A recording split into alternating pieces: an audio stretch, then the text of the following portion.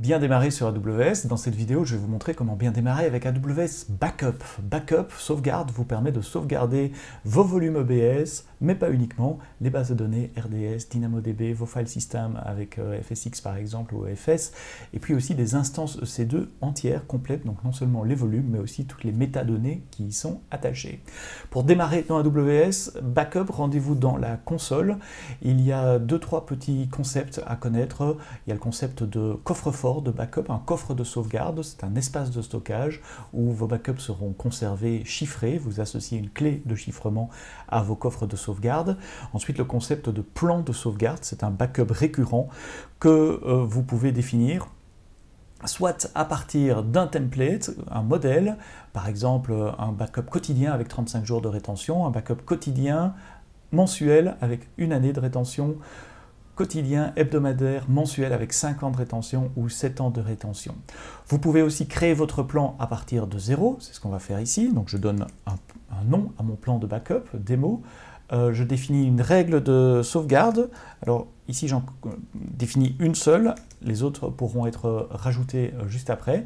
Donc la fréquence ici sera quotidienne et le backup expirera après 1 semaine. Je choisis de stocker dans le coffre-fort par défaut. Je peux ajouter des balises, mais je vais juste créer mon plan ici. Donc voici mon plan avec le résumé de mon plan. Je voudrais aussi rajouter une autre règle de sauvegarde qu'on va appeler mensuelle par exemple, où là, tous les mois, le premier jour du mois, je vais faire un backup également et je vais garder ce backup pour 1 an. Donc là, j'ai une copie quotidienne qui expire toutes les semaines et une copie mensuelle qui expire après 1 an. L'étape suivante, une fois qu'on a son plan, il est assez simple. Il consiste à définir les ressources que vous souhaitez backuper. Ici, je vais dire mes EC2, mes instances EC2 de démo.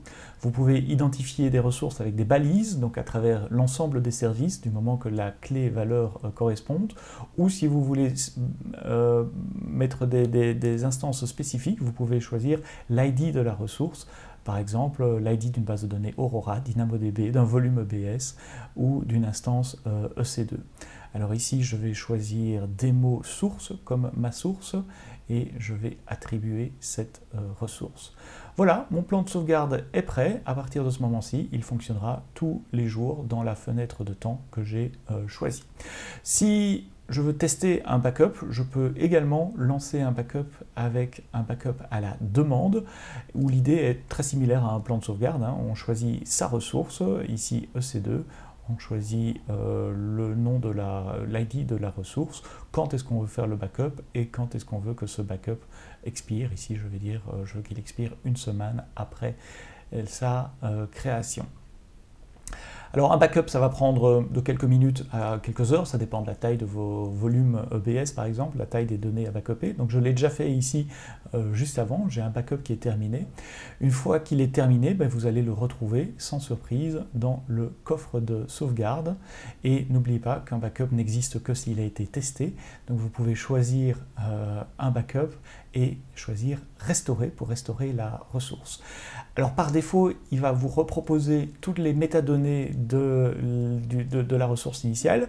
Ici, c'est une instance EC2, donc il va me proposer les mêmes types d'instances dans le même réseau, etc. Évidemment, je peux changer tout ça, je peux mettre un autre security group, etc. Une fois que je fais ça, je fais restaurer la sauvegarde, et puis j'attends quelques minutes, et une autre machine EC2 va être recréée.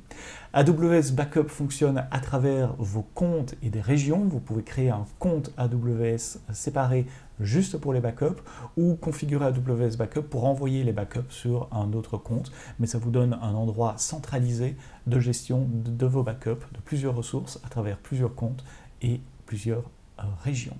J'espère que vous en avez appris un peu plus sur AWS Backup. À très bientôt pour un autre épisode de Bien démarrer sur AWS et d'ici là, quoi que vous codiez, codez-le bien.